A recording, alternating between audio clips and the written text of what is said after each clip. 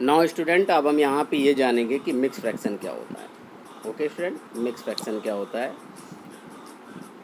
Mixed fraction आपका एक topic है, मिक्स फ्रैक्शन, ठीक है ना।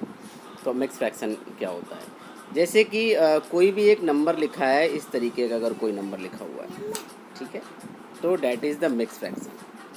अगर कोई इस टाइप में लिखा है नंबर, तो ये आपका मिक्स फ्रैक्शन कहलाता है, ठीक है। अब आप तो ये समझ गए कि ये मिक्स फ्रैक्शन होता है, बट इस मिक्स फ्रैक्शन में जो दो चीज़ें इसको कहते क्या क्या हैं, हम इसको अगली स्लाइड में देखते हैं।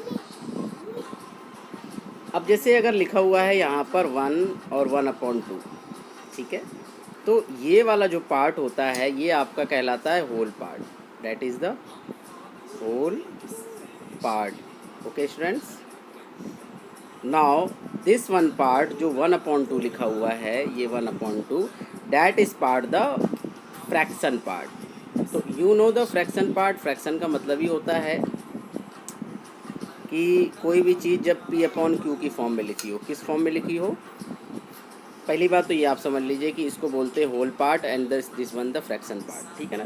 फ्रैक्शन पार्ट क्यों बोलते हैं, यू नो वेरी वेल, आप पहले ही हम समझा चुके हैं आपको कि फ्रैक्शन पार्ट का मतलब ही होता है कि P/Q जिसमें एक न्यूमिनेटर होता है और एक डिनोमिनेटर होता है।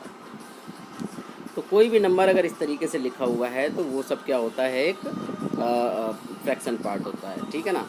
अब अगर कोई नंबर इस तरीके से आ गया तो ये तो फ्रैक्शन है ही ना, ये तो फ्रैक्शन पार्ट हो गया। और ये जो पूरा पूरा पार्ट दिखाई दे रहा है, ये इसको बोल देते हैं होल पार्ट, बस इतनी सी बात है, इसमें कोई नई बात नहीं है। ओके ओके स्टूडेंट्स, नाउ अब ये बनता कैसे है, इसके बारे में हम बात करेंगे कि हाउ इट मेक इट, ये बनता कैसे है, ठीक है। तो मैं एक डायग्राम ले रहा हूँ यहाँ पर, देखिए मैं एक डायग्राम के थ्रू मैं समझा रहा हूँ।